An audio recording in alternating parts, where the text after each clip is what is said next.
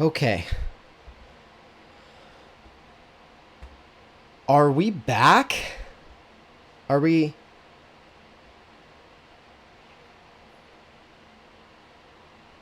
Are we here yet? Anne.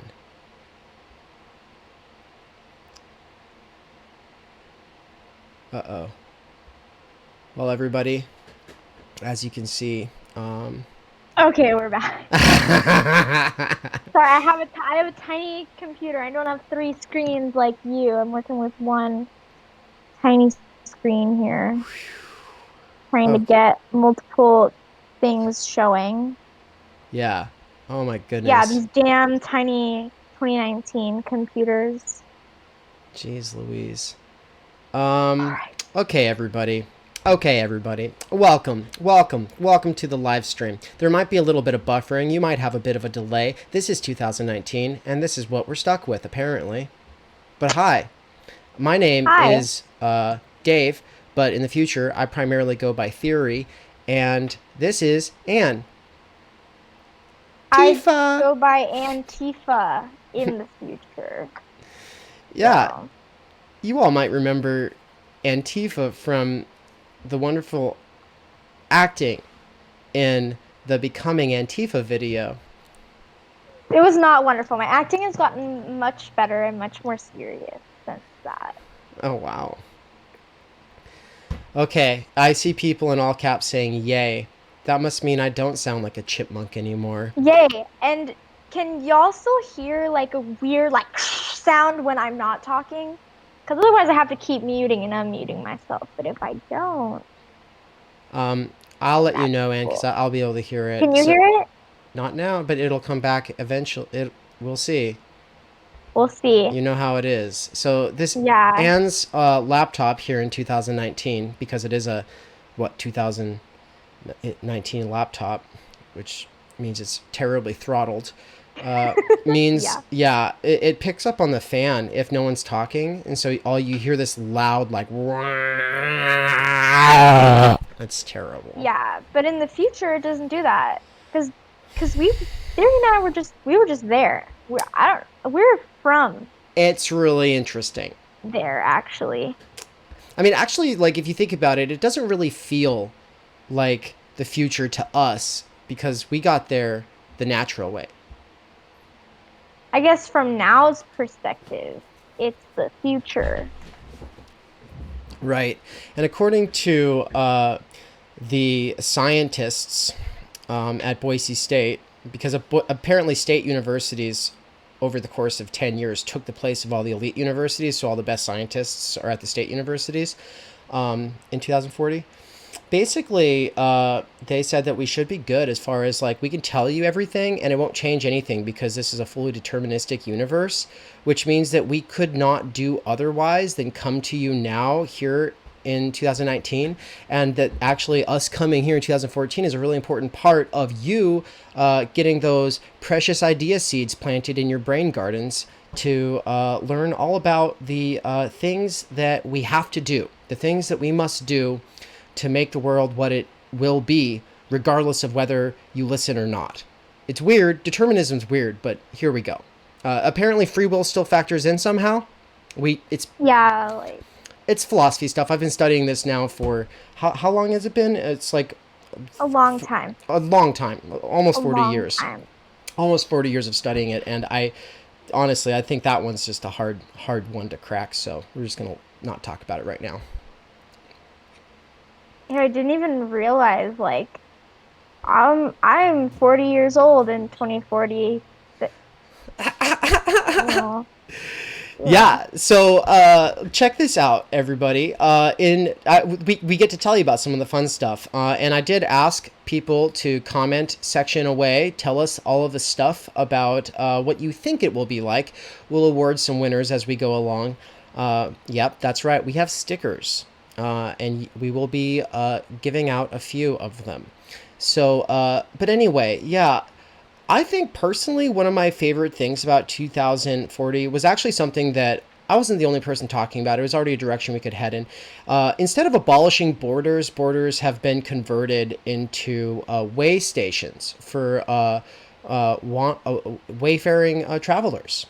So that looks like basically borders have been transformed into training and relocation centers so that people can find a good community to plug into after having to move from wherever they were before they had to move. Yeah, I really love that about the year 2040. Um, there's also like because of the Green New Deal Mm. being passed, climate change still exists, but I think we're headed in the right direction, and I think we're not going to die. According to So, all the state universities anyway, that's actually we're on track, y'all. And the reason is largely, I mean, this is currently being taught in classrooms across the world. It's largely because of the land and food sovereignty movements in the global south hooking up with and working in conjunction with basically what comes from what we currently see in Bernie activism. I'm not going to tell you if he wins or not because it's actually irrelevant. The people who are meeting one another right now to work towards the Green New Deal, kind of under that banner, they will just say, you make a difference. So that's good. I know I saw a comment. The Kinky Beast said, I think in 2040 I might finally be able to afford a dog. The answer is yes to that. Yeah. There are not very many like animal shelters anymore because all of those animals are taken into good homes, and dogs are our comrades, and dogs basically rule the world. Yeah. Dogs are the national animal now.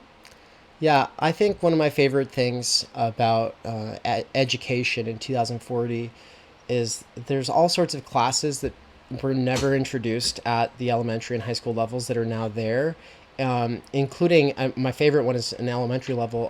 It's an introduction to dogs, where people are taught the psychology of dogs and how to be a respectful and caring companion that still establishes boundaries without hitting them. I think that's really nice.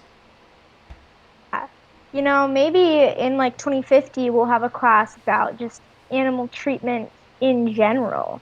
Because yeah, being cool is for nerds just said all dogs are comrades, but really all animals are comrades. And I know the YouTuber Mexi either did a video or a podcast. She's a vegan kind of left tuber. And you know, way back in the day, 2019, 2018, whenever, she's mentioned this that animals are our comrades and should be our comrades.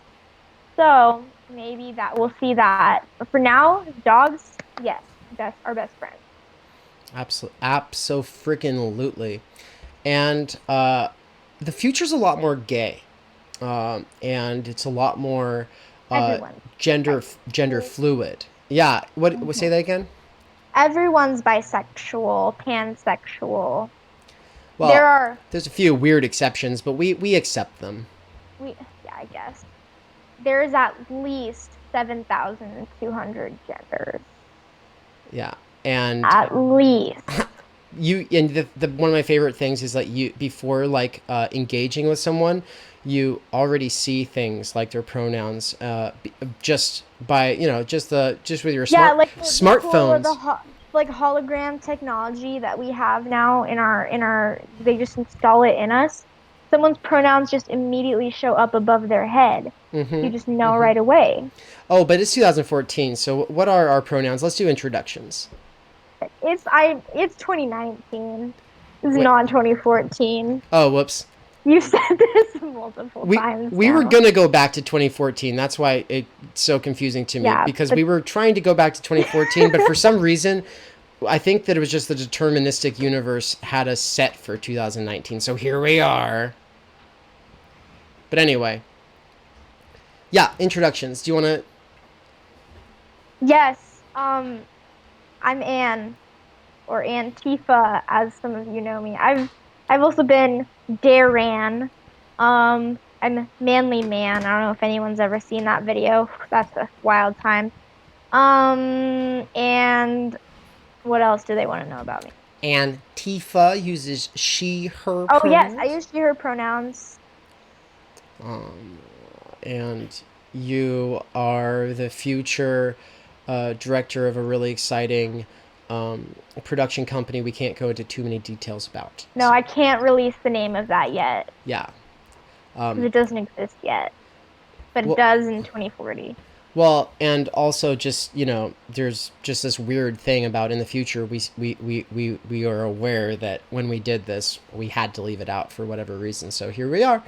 I'm Dave. I go by Theory, and I use they them pronouns preferably.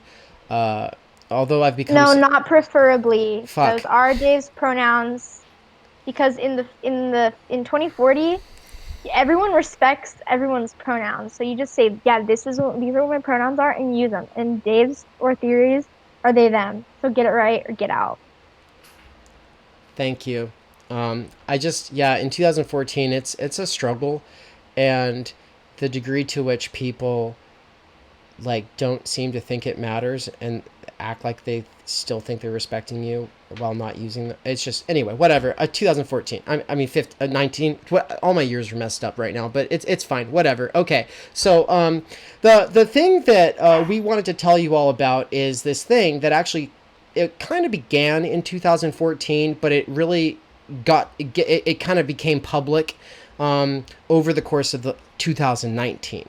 So feels like someone's walking around in here.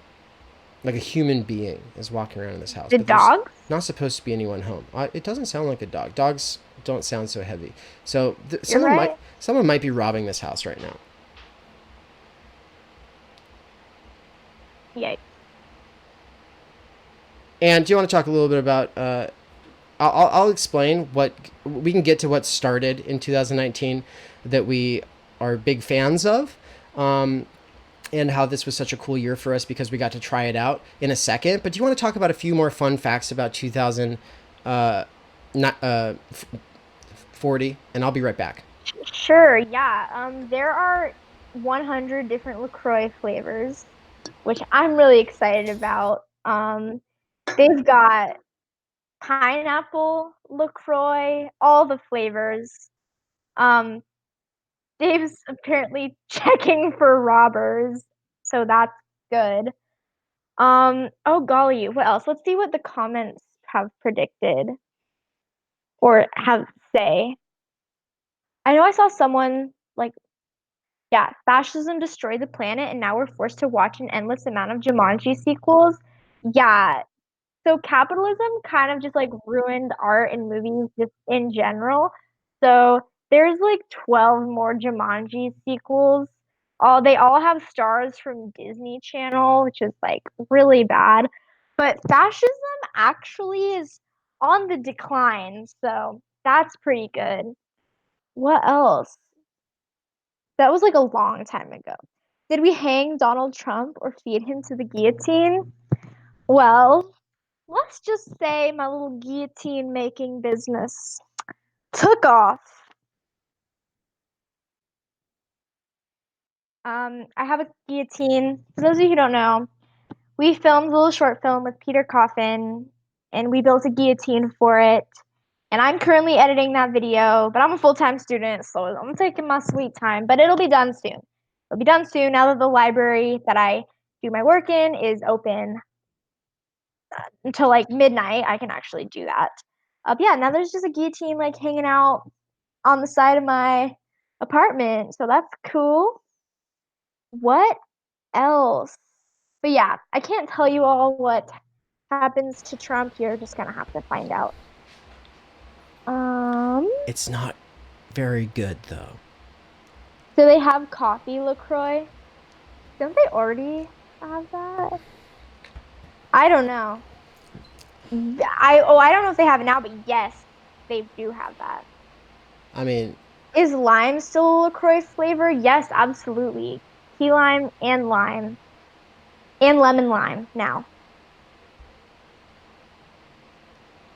This is so weird. I'm so not used to this technology. It's so weird. I remember 2019 So was old. actually the year. 2019 was the year that the Uber for videos, the Uber for video drivers, called YouTube, the one we're kind of using right now, pulled out the number one way that people would communicate from its right out from under its content producers, and like left them all high and dry, having to figure out OBS without any help whatsoever. It's almost as though Uber like took away its navigation from drivers, as though they could, if their drivers couldn't find navigation on other apps. That's the equivalent to what happened this year. It's wild. So people like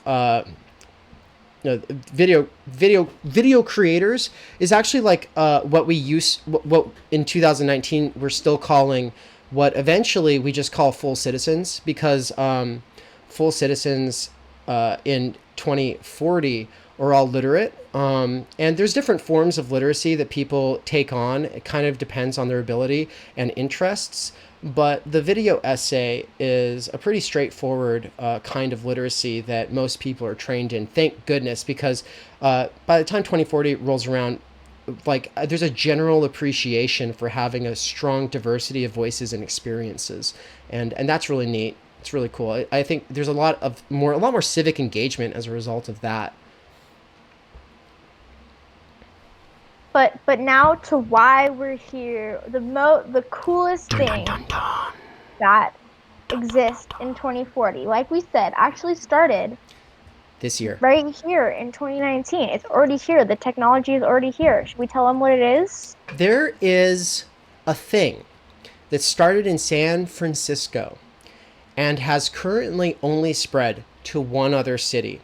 It actually has no competitors and is so new, I don't know anyone else who's tried it except for the two of us. The two of us and like a few other randos who kind of knew it was happening. And that is Black Box VR. Do you want to talk about how did we find out about this? It was the most serendipitous thing ever. We found out about this Black Box VR from my new roommate who works there now. And, a while ago he was telling me, oh yeah, we're this VR company. And I was like, oh, that's cool. But then I found out what exactly it is. And it's not just cool. It's really fucking cool. Okay? So I'm thinking, should we explain it to them? By the way, fuck is not a bad word in the future. Yeah. Okay, but basically, Black Box VR it's a gym. It's a part, like, the place. So there's one in San Francisco, there's one in Boise, Idaho, and the one in Boise is connected to, like, this fancy, bougie gym that's located right in downtown. And so it's a gym, it's a workout center. But, like, you get your workout, I guess, while playing a VR video game. So you go in there, you put on the headset, and you're now all of a sudden you're this fighter on this battleground, fighting against opponents, trying to each of you has like a gem that you have to defend. And so basically the way that you defend this gem is by working out. And so there are, two handles, like, when you go to the gym, there's a big machine and you can like do handles and you like pull like that, or whatever, chest press. And, I don't know. It's hard to explain. It's just weird because we don't think of it in terms of working out, because basically gyms and gym rats became a thing of the past because gamers took and everyone became a gamer just to stay fit because we got more and more addicting technology. And what was crazy is we actually had what was wild is that we actually had someone who's a friend of someone who's with us right now in this live chat actually runs with this idea that we're about to spring on you all. And so anyway, we don't think, we've kind of lost the terminology even for working out, especially all of the equipment. But yeah, Yeah. sorry to interrupt. You can go back to it. Joshua Pym asked, "What about equipment, weights and stuff?" LOL. So it's all just like it's all resistance training, and I guess the weight or the amount of resistance is based off of your own weight and your own like ability. So there's like so you get in there, you put on the headset. There's like a little AI thing explaining everything to you, telling you what to do. Oh, let me get my wristbands. I have my wristbands. Give me 1 second. While Anne gets that, yeah, so think about it. It's VR, but the handles of things you're grabbing have Okay. resistance. Yeah, so where is it? If you put on like these wristband things, okay? Put on a wristband. The wrist, a little sensor, because you know in like normal VR, I guess today's VR, there's you hold two little like you hold two little like, handles, and that's kind of your hands. Well, the sensor is at the place and just gets connected to this, so it senses your hands and your motion, and then when it's time to do like the battles, basically you choose different workouts to do, and then it sets up the equipment for you, and then you do it. So there are these two, I guess, little handlebar, I don't know what they're called, handle things that like automatically move up and down based on which workout you're gonna do. So when you choose that you're gonna do a squat, which is like, I don't know, the fire battle, then you select squat, and then the little handles like go down to the ground, and then you grab them. Y'all get to see this. Let's see here. Can I do it with my headphones on? Like, you go down and you pick it up. And you're like doing squats, but you're holding these things that like have weight and resistance, and then that's in the VR world. That's like doing a battle and like defeating your opponents. You can also do in the first trial, there's squats, there's like the row, and then like chest press, and you pull it backwards. And you can also pick characters. Um, you can pick characters to go out and like fight for you. You have all these characters in your bank of moves, I guess.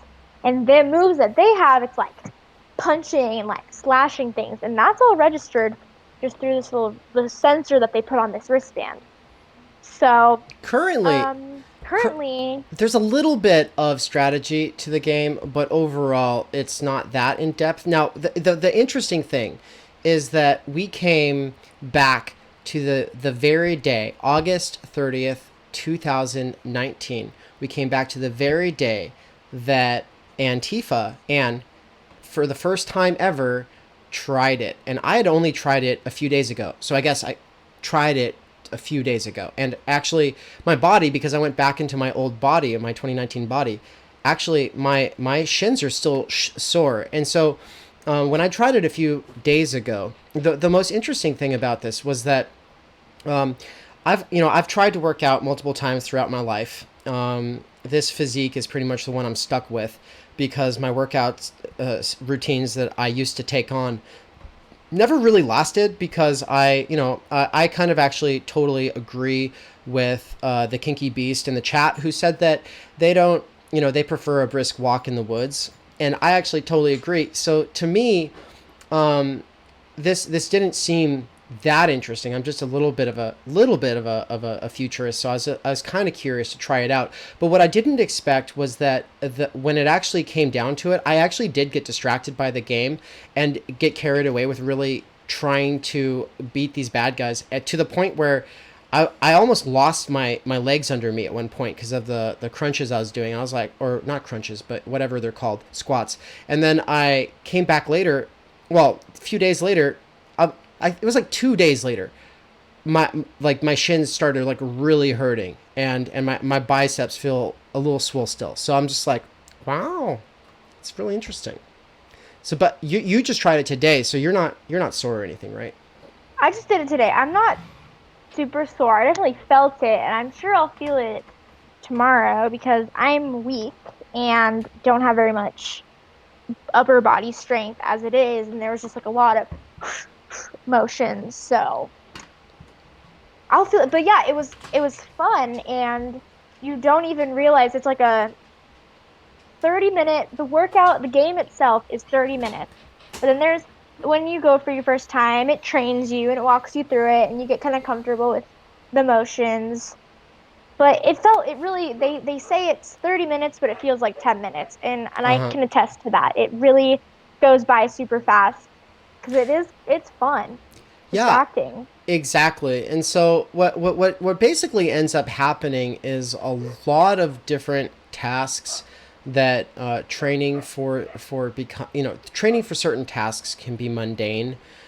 There's a lot of different kinds of training that people, even though they are bored by they get distracted. The priority of actually getting something done on a routine basis kind of goes down as other things become more important. The different kinds of tasks that we all care about learning eventually get kind of subsumed under VR. But the thing about VR is that it's really expensive. So there is a period of time where it's a very classist kind of setup, but libraries eventually open, and so it's not necessary to mine all of those minerals, all those rare earth minerals, so that everyone can have one of these in their houses. These actually become basic, access, just like any library. And so my favorite part is not what currently exists, which is why Black Box VR is not sponsoring this video, because we're not really here to talk it up, because it's not that Black Box VR is the future. What the future is integrating this technology with MMO, which does everybody know what an MMO is? And do you even know what an MMO is? I don't even know what an MMO is. Okay, I actually forget what it stands for, but it means massive multiplayer online, I think. I think that's what it is. I'm not 100% sure, but that's basically what it is. It's games that are, for role playing, but on servers where there's a lot of other people. And so one example of that is World of Warcraft. Another one of those is League of Legends. On the phone, Hearthstone is very popular.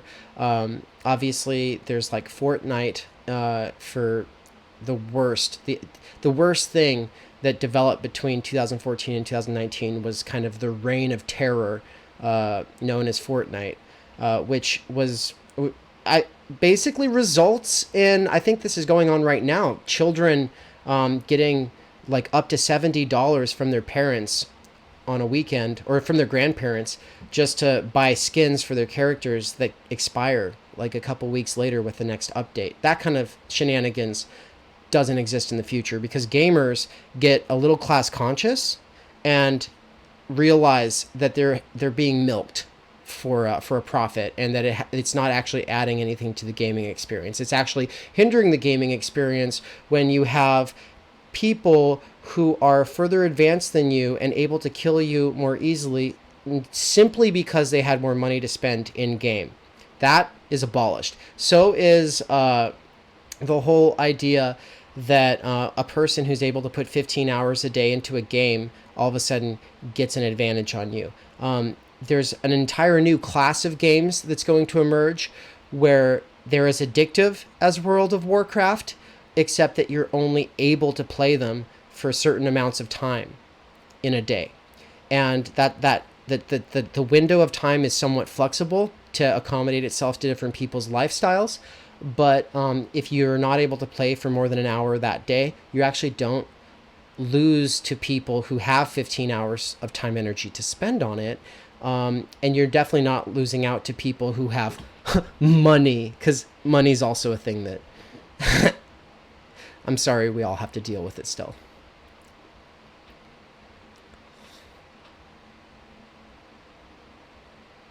Yeah. So, Oh yeah. So how are we? So how is this? So okay. Well, what is our task here? What's so important about talking about this to people now? How does this? Why do we have to talk about this? because it's Because somebody comes along and realizes that they can train Antifa super soldiers with the dang technology. So Mm-hmm.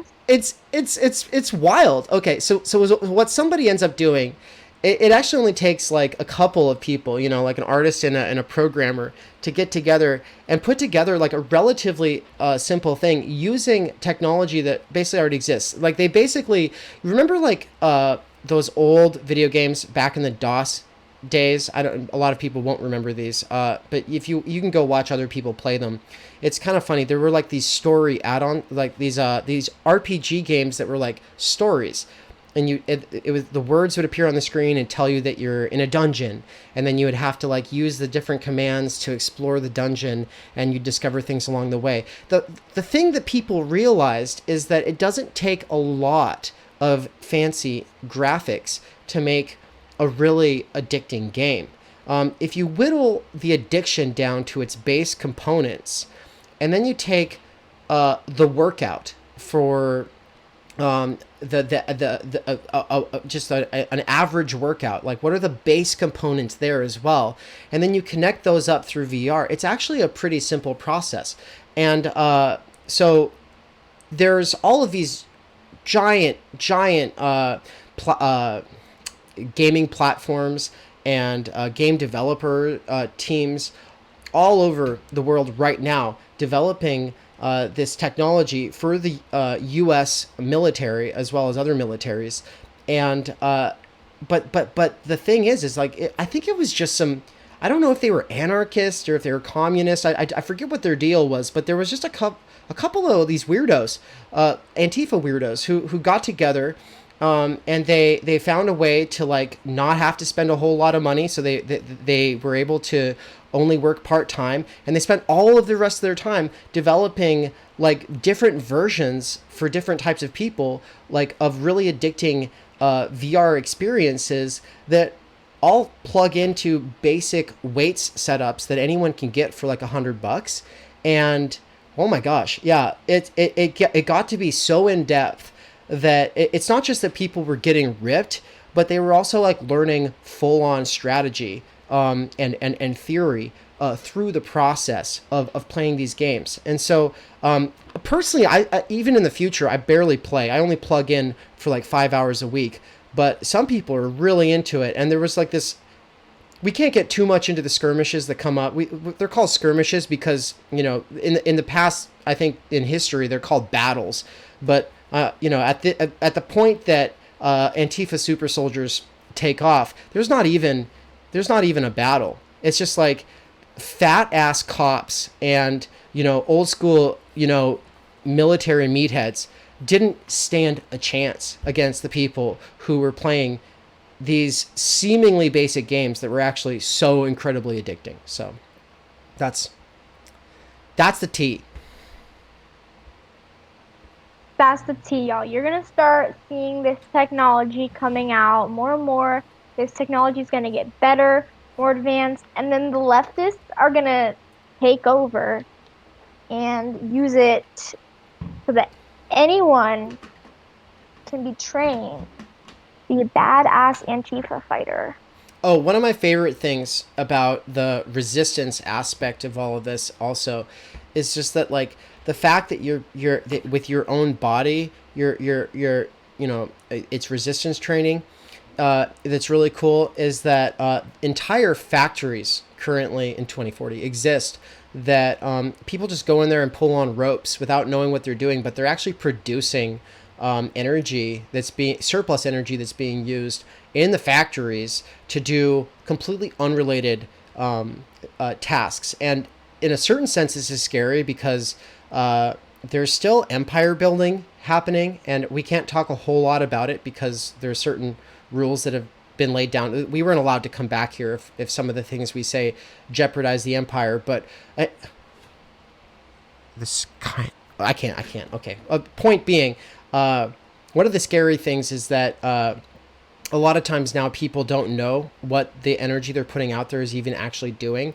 Or you think that you're playing a game where you're outside, gardening your little flower boxes, and in reality you're actually contributing to drone strikes, which is not entirely different than right now. It's a little bit more insidious than right now, because we're all a part of a machine that is actively drone striking hospitals, but and is relying off of the slave labor of children in the Congo. But this is how systems work, and people as a whole are becoming a lot more aware of systems and how they are plugged into systems. And I have a lot of hopes that we're not there yet, but we're well on our way. So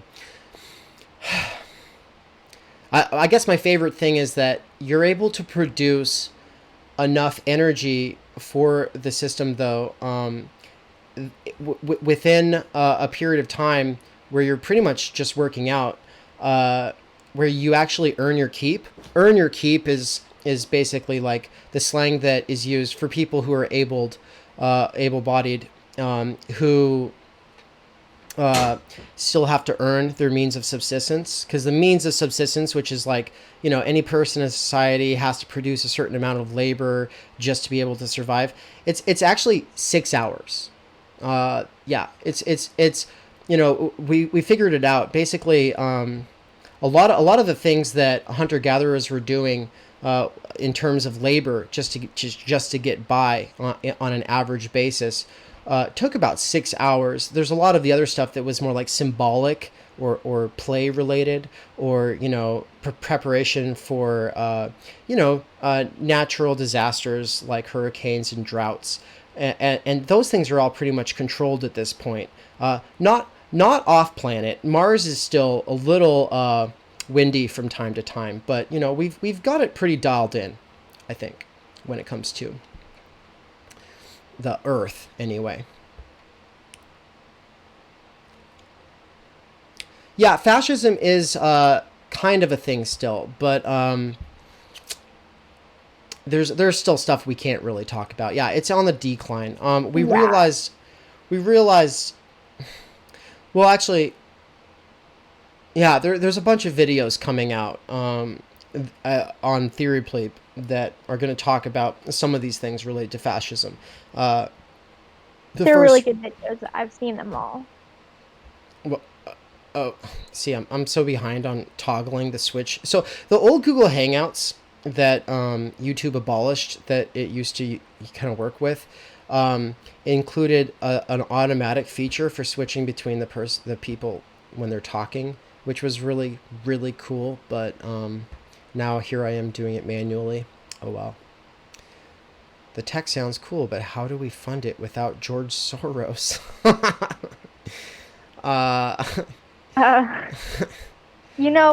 We've never really been interested in that aspect of anything, so I personally don't know.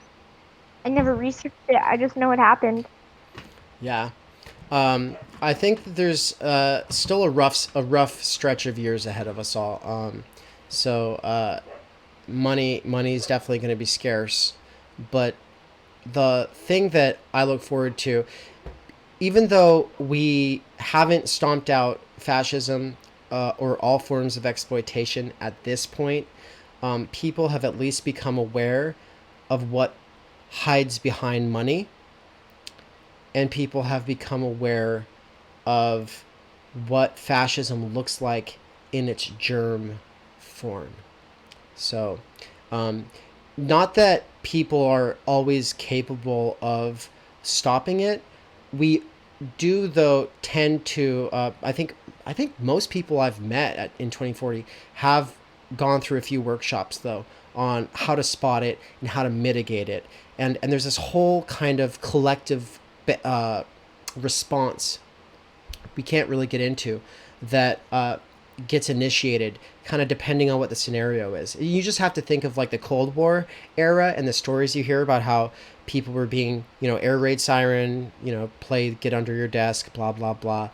It's kind of like that, but there's routine crash courses on how to respond to various manifestations of particularly bad, human traits or behaviors, and it's not really seen as evil or bad. It's just seen as sad, and like people kind of go into kind of like a careful and considerate mode where they handle it like freaking champs. And people all really pull together. Nothing unifies people so much as someone having an episode.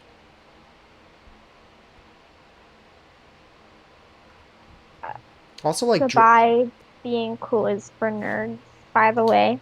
oh no, Thanks no. for joining us and being one of the first people ever in the whole world to know about this technology and to know what's to come with it. So get excited. Get excited. I forgot about 20, 2019 weed. I forgot all about it. Yeah, in 2019, weed's not legal here in in Idaho, so cannot, I should not do it on camera. Oh yeah, yeah, yeah. I'm in California, so Not that I do it ever. of course you don't. We all know that. Of Duh. course But not. no, the part of the actually to me the scariest thing about the future, it's a lot more like Brave New World than 1984.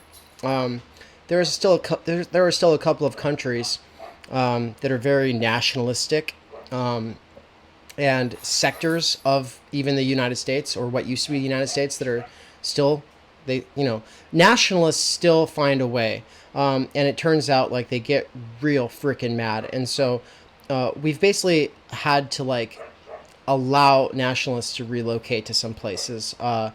I'm not going to get too much into that though because it's a really messy thing, and honestly, I've tuned out of it for like the last decade. But from what I can tell, the rescue missions, there's basically the nice thing about sending them all somewhere is that their children always know there's an option to go away, and there's kind of like that.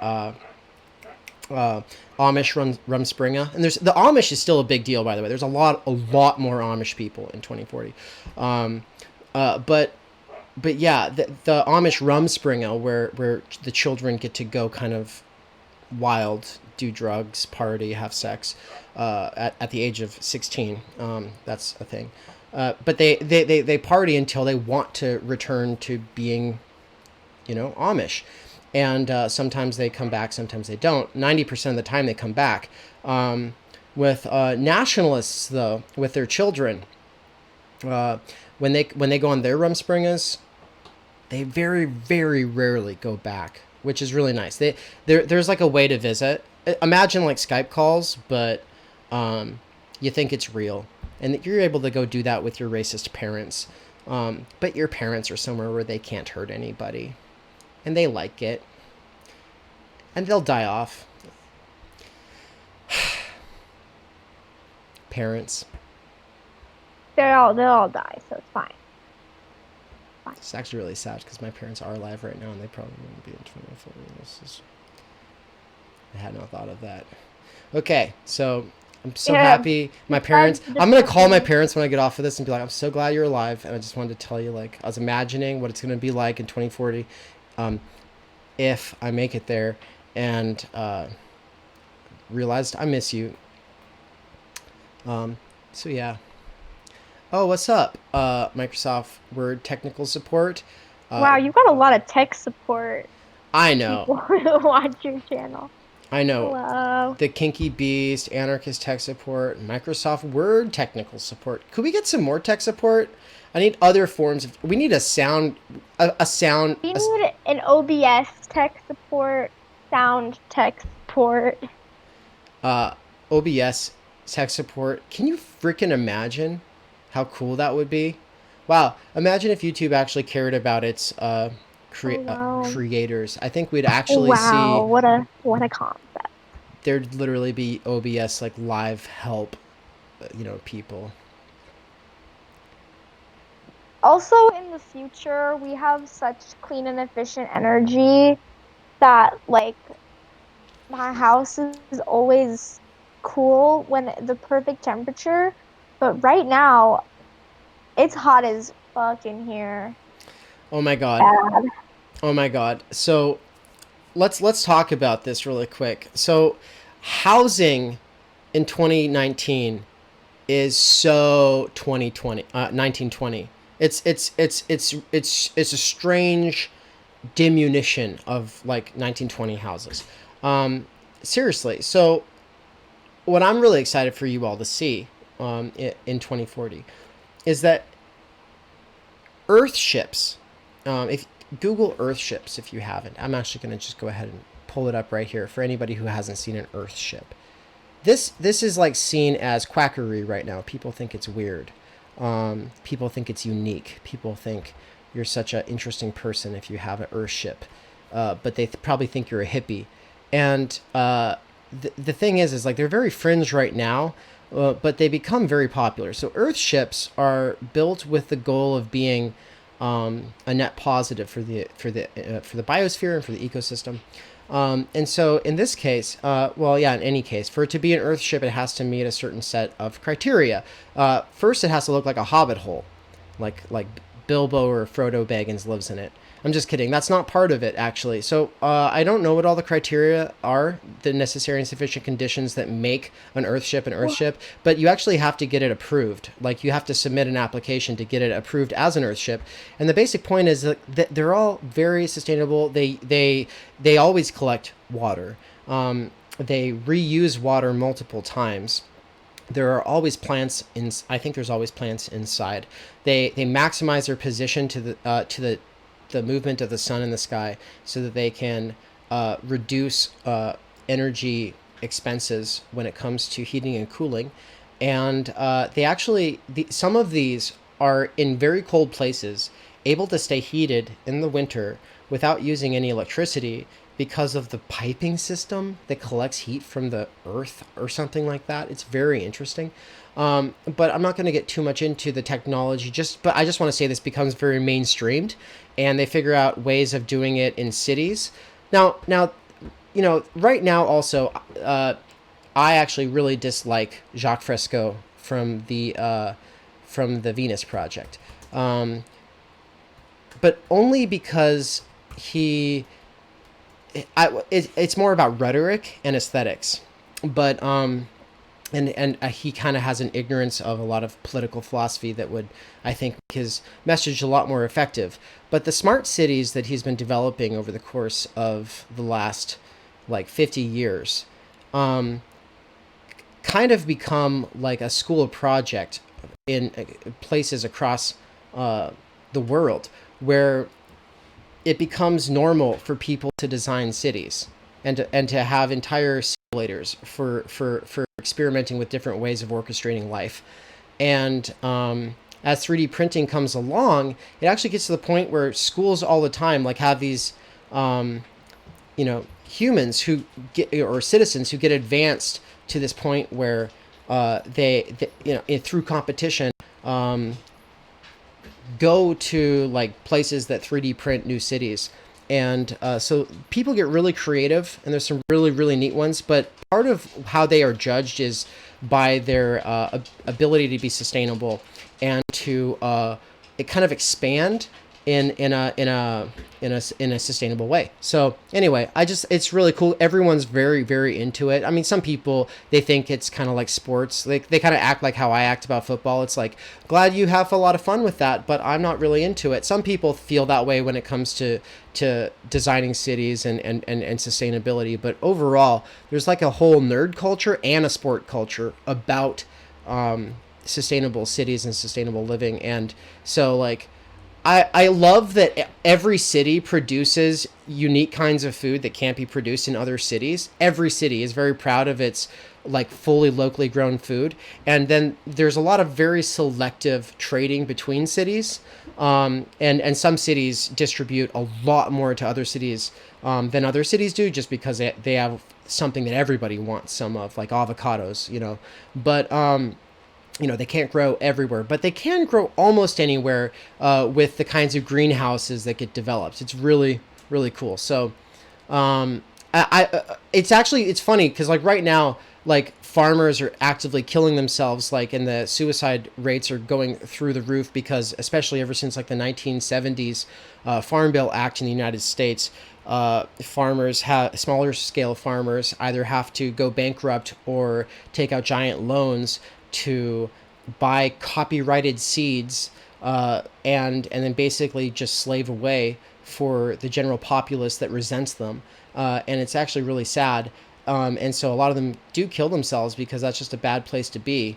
But and basically because the U.S. Actually this is when the U.S. decided to like militarize food, and decided to start using soy and corn and wheat in its trade wars, to tank Mexico actually, and to put it into a position where like people needed to work for us. That was all done by subsidizing large scale corn, soy, and wheat in the 1970s, and putting all the small farmers out of business so that we could food dump in Mexico, so that people were robbed of the land because they weren't able to keep doing business, and they had to go bankrupt, and then the U.S. companies came along and bought those out. So it's all really tragic at this point in history where we are. But the thing is like there are farmer reparations, and it becomes an entire field people move into. Because it turns out like some people love that they can just play this game full time, this game that is so immersive. It's like World of Warcraft, but they're pulling on actual resistance things. They're not. They're actually running these local city gardens at the community garden, and they're actually maintaining all these soil levels and water levels that are all integrated into the actual game. So it's just it's so much fun. And so like I think there's like 20% of the population in the future are farmers in some way or another.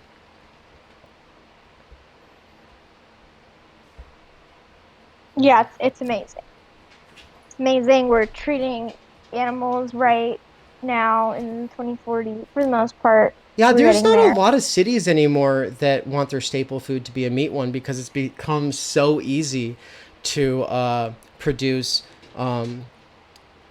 steak, for lack of a better word, that is so much more dense in its nutritional content, that but they're not obviously grown on animals anymore. They're grown off of plants, and Grown, there's yeah, or in a lab, which is also technology that is developing right now in 2019. I mean, well, plants, quote unquote plants, right? Because Well, in no, but 2040 we also call them like plants. call animals plants. Well, okay, No, my no, well, how roommate we grow them at the also. plant. Oh, it's a plant. Yeah, Oh, we grow the steak at the plant.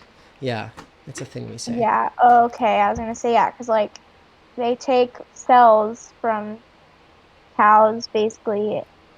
I think is what if I remember correctly, and just like science it, and boom, steak. And my Yeah. roommate ate some. Oh, really?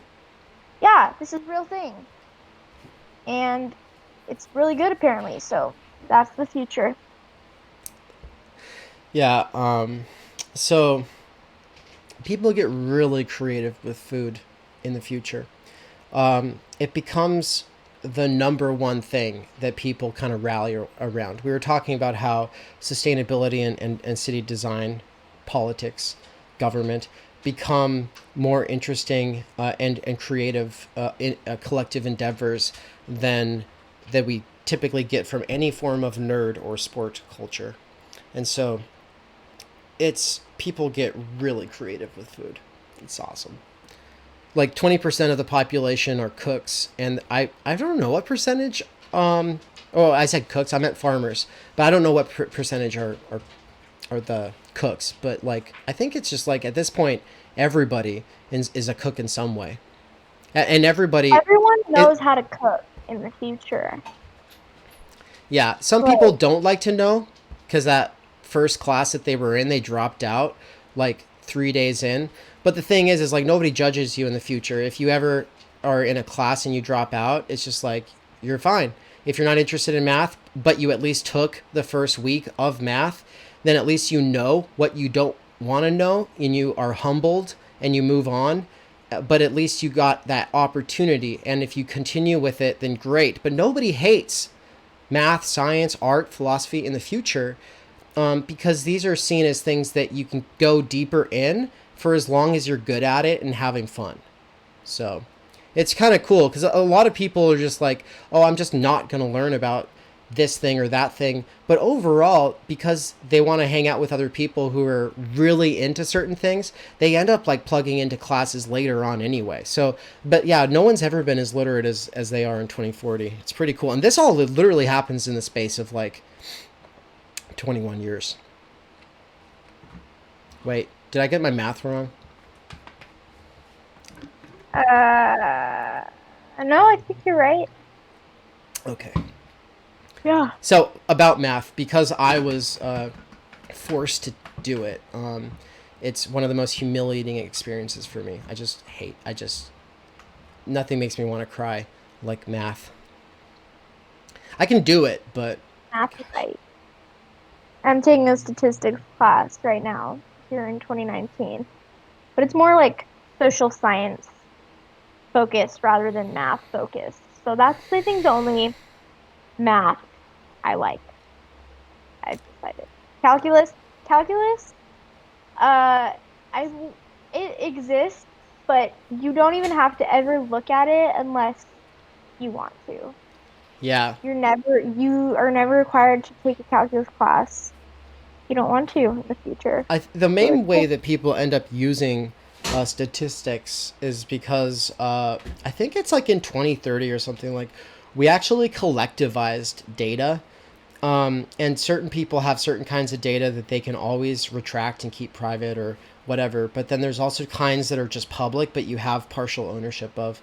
And it gets really cool because that public data, um, when everybody's media literate, everyone knows how to reach the demographics that they're interested in talking to better because everybody has access to and knows how to use that data that's currently privatized. So, and Jeremy Rifkin's the most popular voice in 2019 for talking about the collectivizing public data, and ensuring better forms of privacy for the kinds of data that nobody like really wants out there. And Jeremy Rifkin, I think, like hangs out with Angela Merkel in Germany, or Angela Merkel, however you say. There's a couple ways of saying it, as well as Premier Li in China. Rifkin's like hanging out and talking to them about doing this stuff, and maybe it'll be scary. Who knows? But yeah, the rest of the world, there is a period of time where it seems like every country is experimenting with data in different ways, and what comes from it is pretty wild and actually scary, and it actually takes a serious kick in the pants that we can't talk too much about to really spur people to action in 2030, because it gets a little, we'll just say, bad, the data situation. Yeah, people would not kick into action and collectivize it unless there's a serious outrage, and the outrage in 2030 is nuts. It's pretty serious.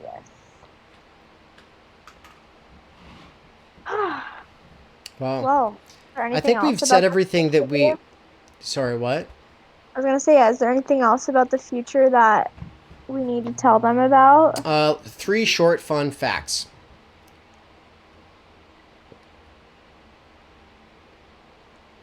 Am I supposed to give him 3 short fun facts? About the future. Oh, you looked like you were ready to say it. Oh, Okay. There's just so many. I'm trying to remember what was different in 2019. We'll take a couple more guesses from the audience. Everybody in the audience. What what do you Oh, what are a few guesses as to some fun facts about the so future? I'll tell you one, y'all. Cars, drivers, um, they I think there's have a this new system. There's a And phone drivers ringing. automatically get like a little ticket or a little mark on their record every time they don't use their turn signal or on their phones, don't drive safely. And so that one encourages people to just start biking places, which means that roads become more biker friendly. And then the people who do choose to drive, who are constantly having to worry about being, dinged, drive better. And so everyone is safer. Um, as someone who relies on bikes right now and will continue to rely on bikes for the rest of my life probably, or for a long time, it's great. I never have to worry about being hit by a car. Whereas I think it's 20 like January 2020, I get run over, break my leg, my whole college tuition gets paid for. So it was actually my federal court case that will happen in a couple years that makes these changes implemented. Oh my God, we've got some really good guesses going on in the chat. So we're about to confirm some of your hunches and disappoint some other ones. But yeah, the more bicycle friendly world, as we call it, is really awesome. Basically, there's the whole world is within reach by bicycle because we have green high speed transportation. It's basically the material internet manifest. You can relocate anywhere in the world in a matter of hours, and it doesn't cost anything because everybody likes it. It's just there is a waiting process, but it's something like weeks to months. It's still a bit bogged down, but it's speeding up because people are actually now you link up with different groups in class, and these people have children from different countries in them, and you teach one another about your cultures, and you actually travel to one another's countries, all within the span of like a few weeks. Sometimes, other times it's months, and this is just like an international exchange student process. That's part of the defascistization of planet Earth. So there's also a museum on the moon. It's a genocide museum, and it's about the history of humanity as we understand it so far, which is really a history of genocide, and it's one of the most traumatic experiences, and everyone's actually required to go through it at one point in their life. But you basically are able to tone it down to there's like a way that it's actually dialed into what you can withstand. It's kind of like the amount of trauma that gets dealt is proportionate to where you're at, what your capacities are to be able to deal with. But it is so traumatic, and everyone. That's just why the fascism dies off so fast, is because like you actually, it's not just like a museum that overlooks the earth. It's actually like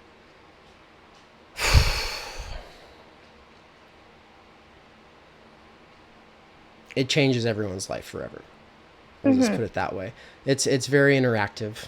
It's part of the holograms there aren't through heavy glasses you put on. They're just part of the rooms you go into, and you smell things that you never wanted to smell. You taste things you never wanted to taste. You're thrown right into the midst of things that no one should ever have to deal with. And some people, when they walk through it, they actually aren't as thrown into it because they just choose not to see as much of it. But the thing is like most people go for a more full experience, and so there's like a shared basis that all people are going to eventually share, where there's like a shared like deep knowledge of what that's all about. And some people choose to be super ignorant and they actually won't go through the process at all.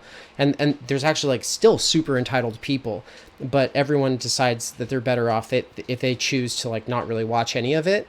They're fine because everyone else has, and no one else is. There's enough people that are anti-fascist at this point that even when people go full fascist, they're not able to do anything more than spout their opinion. It doesn't hurt anybody because like everyone's on the same page, basically. We just kind of see it as what it is. Like it's something worse than schizophrenia. So Yeah. That's one of my favorite things, though, is the high-speed transportation, the relocation, the shared Oh yeah. basis, the shared teaching, the the people who are really creative are able to fully develop their capacities, which is just like, in an economic sense, it's very productive, because that it's just there's a diversity in the future. We don't talk about diversity in terms of people or nature. We talk about diversity in all of its forms, and there's all sorts of ways that biodiversity becomes an analogy in other forms of life. But I love that, for instance, food in the future is actually measurable. Like, everyone sees its nutritional density, because the last 200 years in the United States alone has plundered the wealth of the topsoil that was here before the colonizers came and did what they did. So with the loss of that soil, though, there is to this day a tremendous loss of biodiversity, and with it nutrient density, and nutrient density becomes like a god in the future. So there are entire religions around things like nutrient density, biodiversity, love. There's entire, like, it's very normal for people to take workshops on things like this in the future. Like, there's a whole workshop culture. It's like Skillshare and Spotify and a few other things kind of like become the, like, everyone's kind of plugged into it and is creating and getting in touch with. It's a lot more social and emotional intelligence kind of building in the future. It's just kind of its own culture, because you can see other people's skill trees that they decide to make public. Some of that data they choose to make public, and you actually see the skill trees people are growing. And there's still inequality.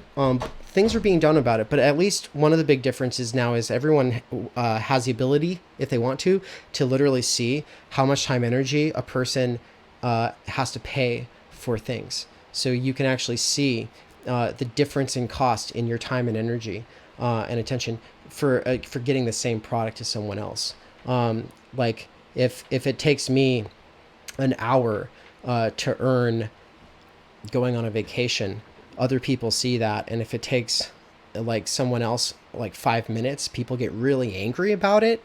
And there's people who are like super capitalist reactionary who just like still lord it over other people, but it's kind of frowned upon. And overall, like, they're just bros. They're bros, and nobody takes them too seriously. They're just competing against them amongst themselves, but it's not destroying the planet anymore. It's kind of directed, and we let them compete in ways that make them productive for the rest of us. But, like, nobody is enslaved to them anymore, and they're not allowed to do whatever they want. So that's pretty cool.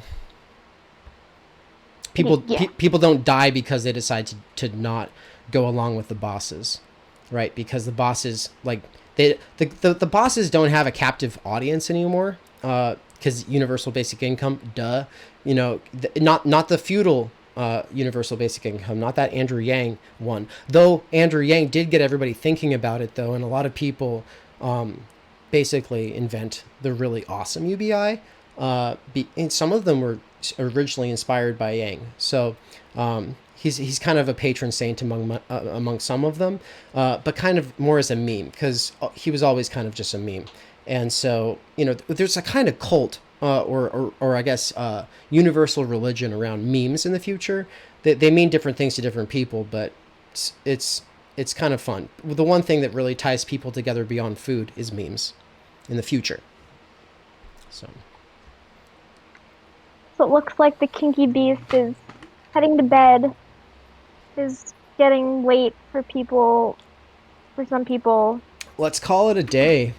Yeah, except before we go, because in the future, everyone just shares everything, shares books, shares cooking ingredients, shares ideas, shares it all. And so I need you all right now to share some knowledge with me, because my roommate has a cold.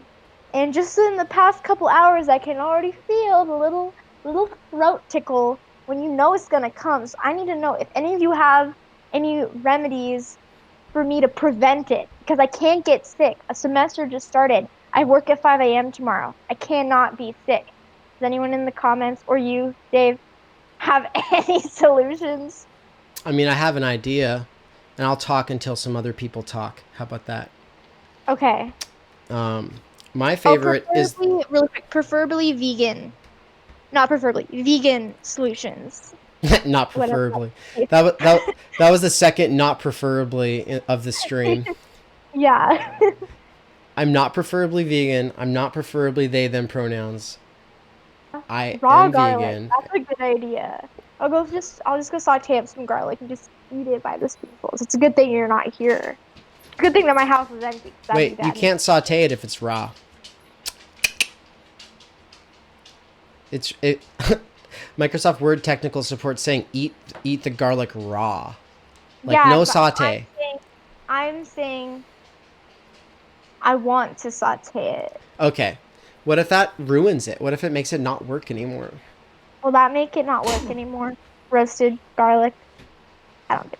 Okay, so the Kinky Bee said weed and elderberry and echinacea. Is that how you say that? We already had this conversation. I do not smoke the pot, and I will definitely not be doing that after this live stream. Okay. Oh my god, someone call the cops.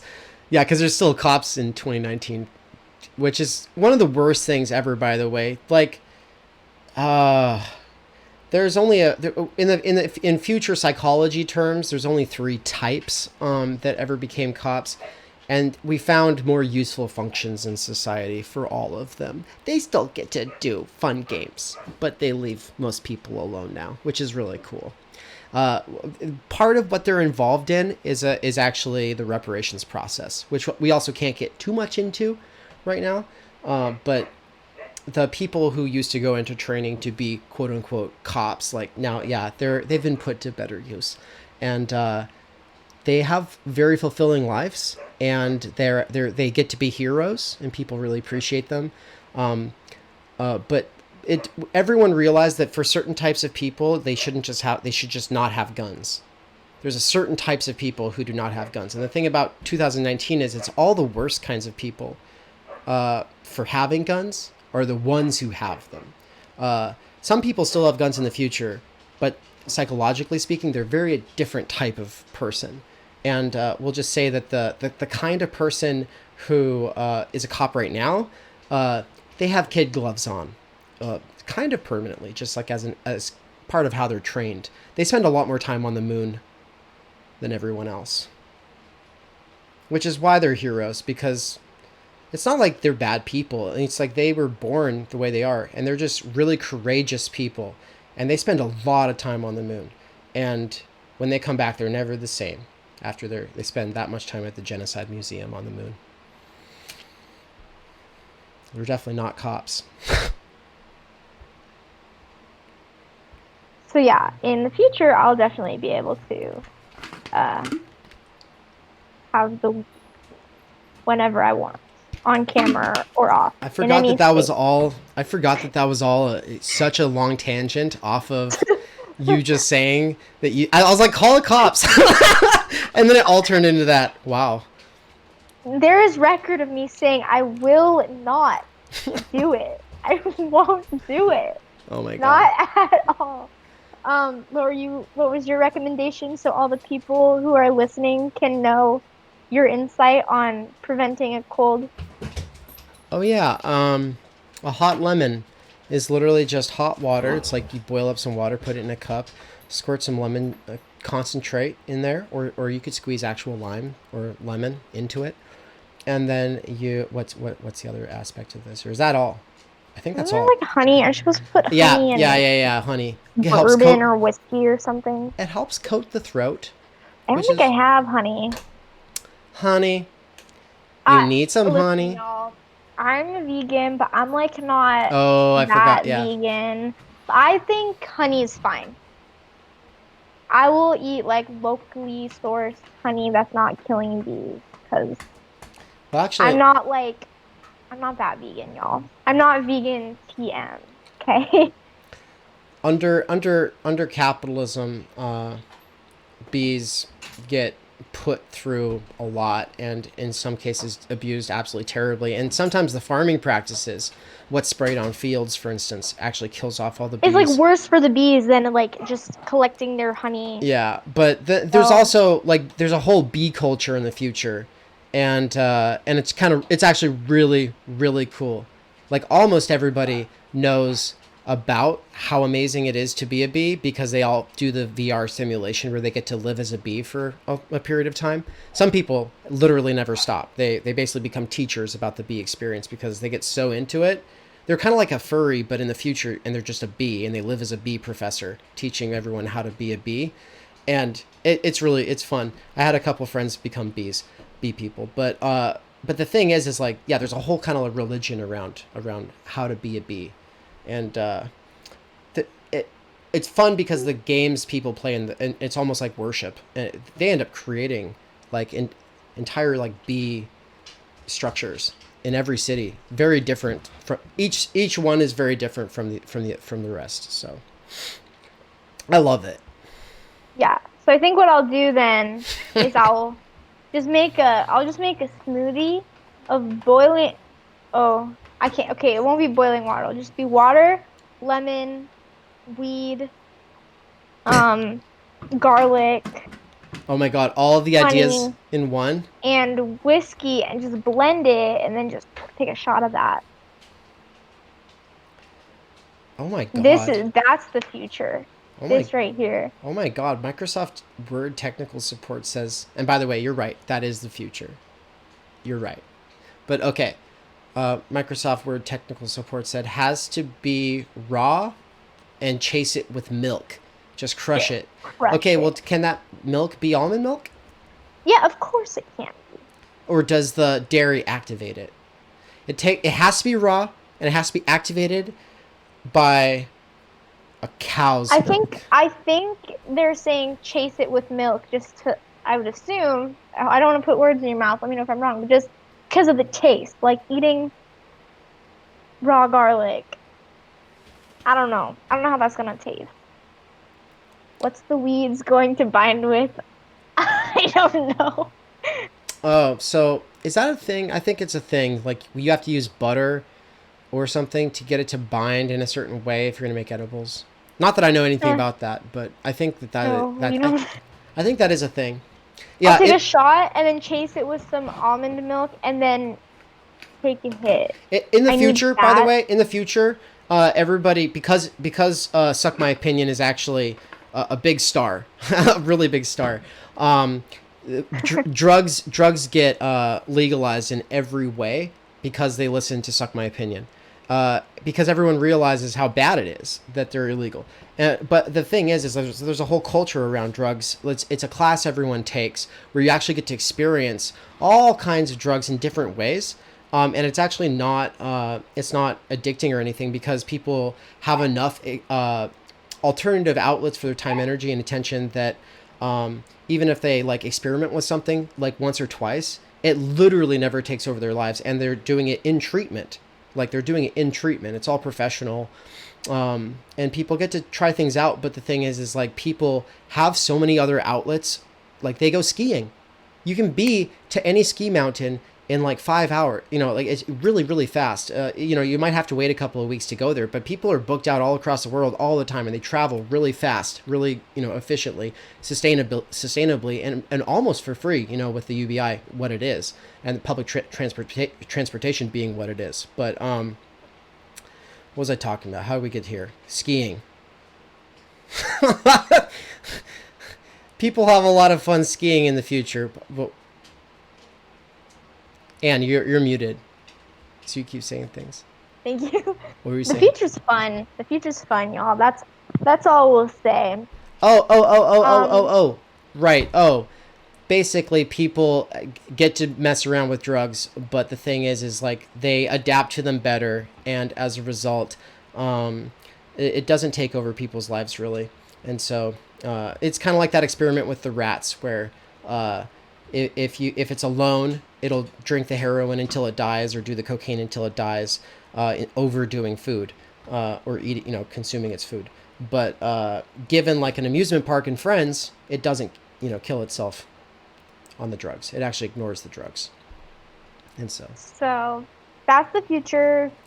But future Ann and Dave, we have to go back to the future now. So the Ann and Dave that you'll see in, the next videos coming out whenever, it's gonna be the 2019 us. 2040 us has to go back. oh my God.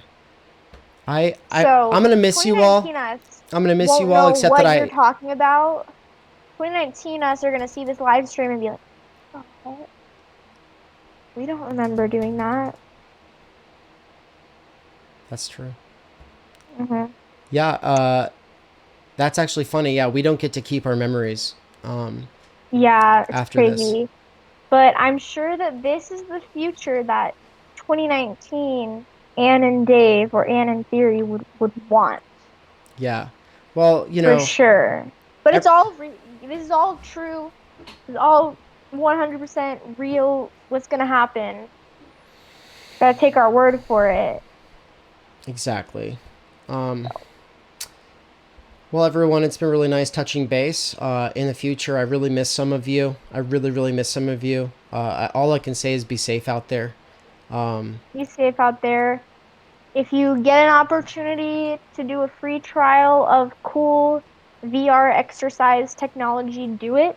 I'm sure free trials will exist of this for a long time and the price will just start to rapidly decrease. Because right now, they're just still working out the bugs and stuff. So being like one of the first people to use it, I get like 30 days free, and my roommate can get me some free sessions. Also, everybody needs to go read the Accelerationist Manifesto and then learn to code. Mm-hmm. All Yeah. right. Well, my friends, Well, my friends, it's been fun. it's been real. It's been fun. And it's also been real fun. We're so happy that so many Antifa super soldiers are going to be training within the next couple of years here. Yeah. You all make it really easy to de-escalate the police and military. So Yeah, so thank you. Seriously. Thank you for your support. Thank you for joining us. This was fun. Yeah. It was a fun little live stream. All right. Well, love you. Talk to you later. Bye. Bye.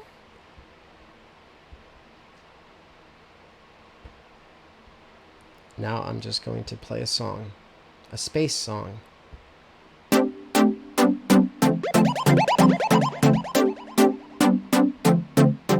Goodbye.